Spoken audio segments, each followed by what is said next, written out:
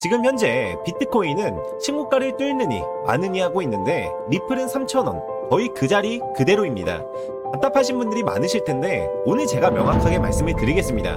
리플은 지금부터 10만원까지 갈 수 있는 여력이 충분히 있습니다. 안녕하세요, 정시우 트레이더입니다. 제가 앞서 드린 이 이야기들이 처음 들었을 때에는 굉장히 터무니없어 보이실 수 있습니다. 언제까지? 제 영상을 다 보시기 전까지는요. 제가 지금부터 하는 이야기들은 아마 단 한 번도 들어보신 적이 없으실 거예요. 왜냐하면 이 리플의 진정한 가치를 모르고 유튜브 영상을 찍고 설명하는 사람들이 지금 현재 너무나도 많습니다.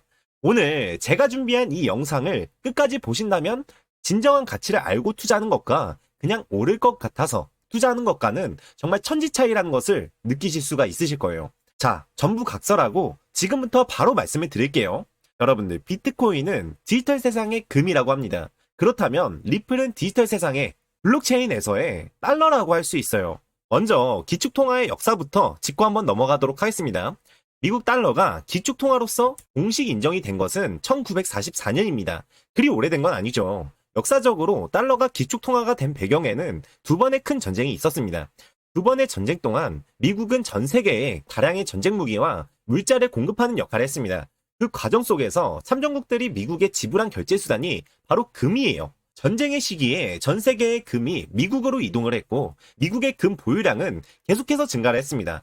금본위 제도를 폐지한 대부분의 나라들과는 달리 미국은 점점 쌓여가는 금 보유량을 기반으로 금본위 제도를 유지할 수 있었던 겁니다. 금본위 제도가 폐지된 계기는 베트남 전쟁이에요. 미국은 전쟁 비용을 마련하기 위해서 통화량을 기하급수적으로 늘렸습니다. 하지만 시장에 대규모의 달러가 풀리자마자 미국의 달러를 믿고 보유했던 나라들에게 한 가지 의문이 생겼습니다. 혹시 미국 달러에 해당하는 만큼의 금을 달라고 요구를 해도 못 받는 것이 아닌가? 이런 의문이 말이죠. 실제로 이러한 위기를 느낀 다수의 유럽 국가들이 미국의 달러를 금으로 바꿔달라는 요구를 하게 됩니다. 하지만 시장에 전에 없었던 속도로 풀려버린 달러는 미국이 보유한 금의 규모를 이미 넘어선 상황이었어요. 이제 미국은 다른 나라에서 달러를 가지고 오더라도 금으로 바꿔줄 수 없게 된 것이죠. 그러자 1971년 리처드 닉슨 대통령이 금본위제를 폐지해버렸습니다. 그리고 시장은 패닉에 빠졌어요. 지금까지 달러를 언제든지 금으로 바꿀 수 있다는 믿음으로 이 달러를 모았는데 더 이상 바꿔줄 수 없다니 얼마나 큰 배신이었을까요? 이 결정이 발표되자마자 미국의 달러 가치는 뚝 떨어지게 됩니다. 이때 등장한 달러의 구원자가 바로 석유예요. 이때부터 미국과 사우디아라비아의 동맹이 시작이 됐습니다. 미국은 사우디아라비아에 안전을 보장해주고 그 사우디아라비아는 미국의 석유를 안정적으로 공급하는 이런 동맹이 만들어진 것이죠. 이렇게 미국의 달러와 사우디아라비아의 석유의 전략적 관계가 시작이 되었습니다. 미국은 석유를 이용해서 이때부터 달러의 패권을 유지했고요. 그 페트로달러라는 그 체계가 본격화되기 시작합니다. 20세기부터 현재까지 전 세계 생산활동은 석유를 중심으로 이루어졌다고 해도 과언이 아니에요. 오펙의 리더 국가인 사우디아라비아의 영향력을 바탕으로 국제 원유 거래에는 오직 달러만을 사용할 수 있게 되었습니다. 달러가 있어야만 원유를 구입할 수 있으니 달러에 대한 수요도 당연히 끊기지 않게 되었어요. 미국이 이 금본위 제도를 자기 멋대로 폐지한 뒤 급하게 흔들렸던 이 달러의 가치를 빠르게 진정시킬 수 있었던 기축통화가 될 수 있었던 그 이유가 바로 페트로달러입니다. 미국은 석유를 통해서 전 세계에 통화 지배력을 가질 수 있게 된 것이죠. 그런데 지금은 또 어떠한가요? 미국은 코로나 이후 무제한 양적 완화를 시작하면서 또 말도 안 되는 수준의 달러를 풀기 시작했습니다. 게다가 달러가 독점하던 원유 거래에도 조금씩 균열이 생기고 있죠. 미국 달러는 오랜 기간 전 세계에서 가장 많이 사용되는 통화였지만 지정학적 긴장과 제재, 또한 대책 없이 시장에 많이 풀려버린 탓에 이제 다시 많은 국가들이 이 달러의 가치를 의심하고 있습니다. 현재 달러의 가치는 흔들리고 있고 미국은 달러의 패권을 잃지 않기 위해서 비트코인을 새로운 구원자로 생각하는 것이 아니냐, 이런 생각을 해볼 수가 있습니다. 지금까지 미국이 달러 위기를 극복해온 방식을 본다면 아주 자연스러운 추측이죠. 금에서 석유로, 석유에서 비트코인으로. 이제 미국은 금과 석유 그리고 비트코인까지 달러 패권 유지를 위해 전부 사용할 수도 있을 겁니다. 미국 전체는 아니더라도 최소 이번 대선에 승리한 트럼프 생각은 아마 제 이론과 크게 맞닿아 있을 수도 있을 거예요. 본인의 배를 채우기 위해서일지 달러 패권을 위해서일지는 아직 모르겠지만요. 실제 트럼프는 달러로 비트코인 100만 개를 사들인다고도 이야기를 했죠. 달러 패권을 유지하기 위해서 블록체인 속에서 비트코인과 달러를 바로 연결을 시켜줄 수 있는 그런 매개체가 필요합니다. 금융기관 간의 송금, 국경 간의 송금에 있어서 신뢰도가 높은 매개체가 필요한 것이죠. 저는 이 틈을 메꿔줄 수 있는 코인은 오로지 리플뿐이라고 생각합니다. 리플의 핵심 기술력인 리플넷은 이미 국경 간의 송금, 은행 간 정산, 기관 간 결제 등에 쓰이고 있습니다. 이번에 스위프트 시장에도 진출을 하게 되었죠. 모든 거래가 블록체인에 기록이 되고 높은 확장성을 가지고 있기 때문에 리플은 이미 산탄데르, 아메리칸 익스프레스, PNC 뱅크 등 수많은 금융기관과 제휴를 맺고 있고 리플의 기술을 도입한 은행과 기업은 글로벌 금융 시스템에서 리플을 점점 더 많이 활용하고 송금 네트워크에서 이미 중요한 역할을 톡톡히 해내고 있습니다. 간단하게 이야기를 해서 전 세계적으로 리플만큼 신뢰도와 활용성을 확보한 블록체인은 없다는 겁니다. 현재 SEC와 소송이 끝나며 규제와 법적 문제가 이제 해결이 되었고 이미 대규모의 금융기관과 중앙은행에서 리플을 채택하고 있는데 저희가 리플의 상승을 의심해야 할 이유는 도대체 무엇일까요? 리플의 호재는 이것뿐만이 아니에요. 여러분들 XRP가 석유 결제에 되고 XRP가 이미 석유 결제에 사용이 되고 있다는 것을 알고 계신가요? 현재 인도와 아랍에미리트, 미국 달러를 우회하는 원유 거래 대신 XRP를 사용해서 새로운 역사를 만들고 있습니다. 이러한 움직임은 사실상 리플이 디지털 달러로 가고 있다는 확증에 가깝습니다. 저는 이 역할을 리플이 아닌 다른 코인은 해낼 수 없을 것이라 생각을 해요.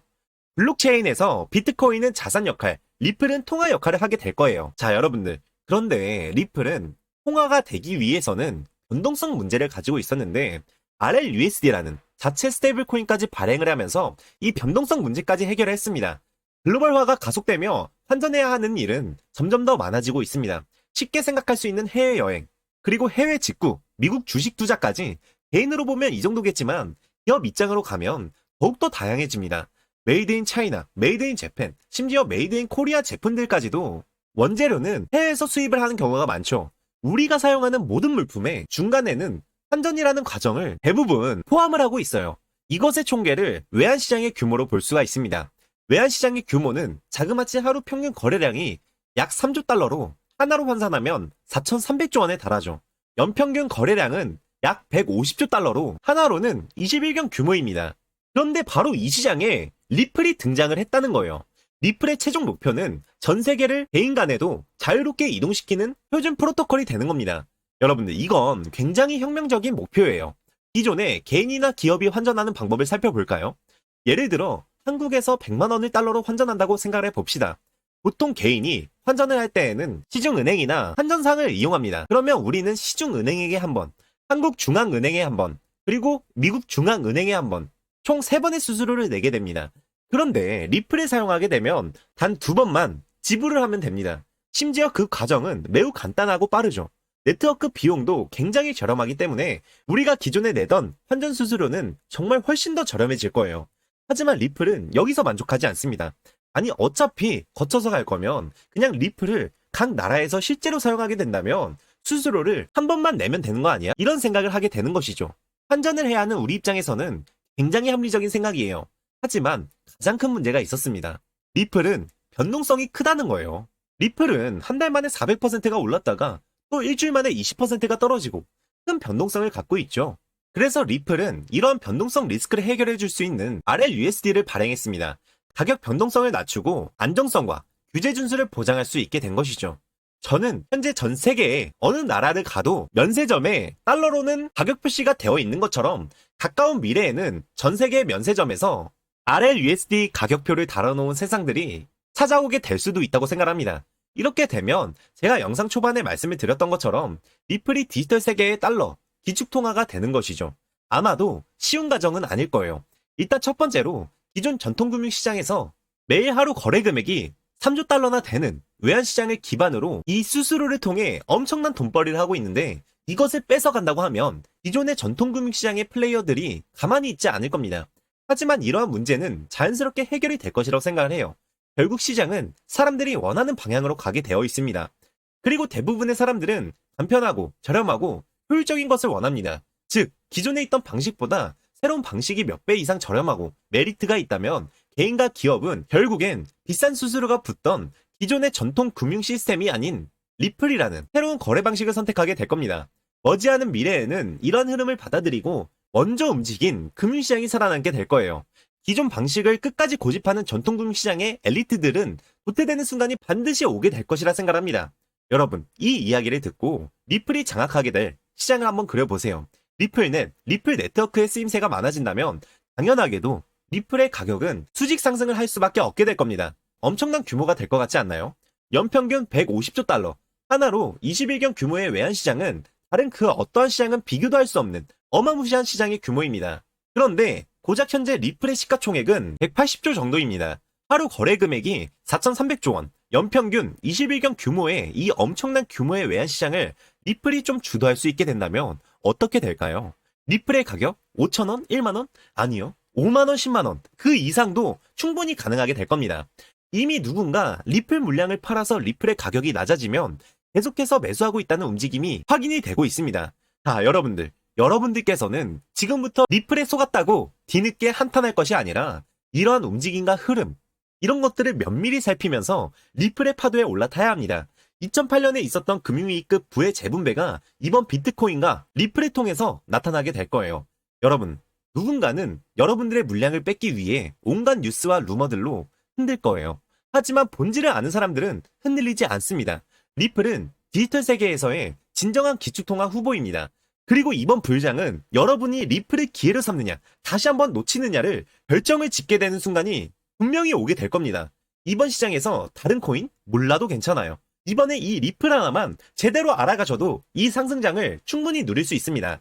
제가 말씀드린 오늘의 이 시나리오가 맞아떨어질지, 앞으로 이 리플이 어떻게 될지 저도 정말 궁금하네요. 강한 조정이 올 수도 있겠지만 아직 우리가 기대하고 있는 그런 상승은 오지 않았다는 것은 확실합니다. 고래들이 만드는 크고 작은 파도에 휩쓸리지 말고 크립토 시장이라는 거대한 흐름에 대한 이야기를 이해하고 거대한 파도 위에 올라타야 합니다. 마지막으로 꼭 기억하세요.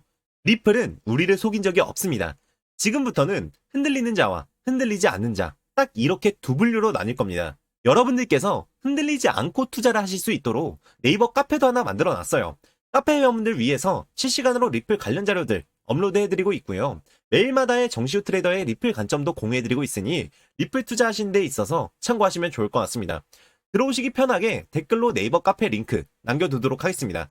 여기 골든브리지 카페는 앞으로 수많은 실력 있는 트레이더들이 모이는 성지가 될 것이고 여러분들의 투자를 성공으로 이어주는 황금다리가 될 겁니다. 좋은 사람 곁에는 항상 좋은 사람들이 있다고 하죠. 성공한 트레이더와 함께 성공 투자로 갈 수 있는 기회라고 생각하시면 좋을 것 같아요. 여러분들, 진짜 저는 자신있게 말씀을 드릴 수가 있습니다. 제가 지금 이 영상을 촬영을 하면서도 너무나도 좋은 내용인 것 같아요. 이 시점에서 이러한 브리핑, 이러한 관점을 공유받으신 여러분들은 정말 행운이신 겁니다. 누군가에겐 느리고 답답해 보일지 몰라도 철저히 분석하고 올바른 방향을 향해 나아갈 수만 있다면 그 끝에는 분명히 좋은 결과가 따라오게 되어 있다고 생각합니다. 급하지 않게 서두르지 않고 차곡차곡 쌓아가며 올바른 투자의 길로 이끌어 보도록 하겠습니다. 항상 말씀을 드리지만 투자는 단기전이 아닌 장기전이에요. 저의 깊은 인사이트와 특별한 시각들을 여러분들의 투자에 녹여 좋은 결과 챙겨가시기 바라겠습니다. 앞으로도 뒤에서 더 많이 노력하고 저희 구독자분들만큼은 이 크립토 시장에서 승리하실 수 있도록 최선을 다하겠습니다.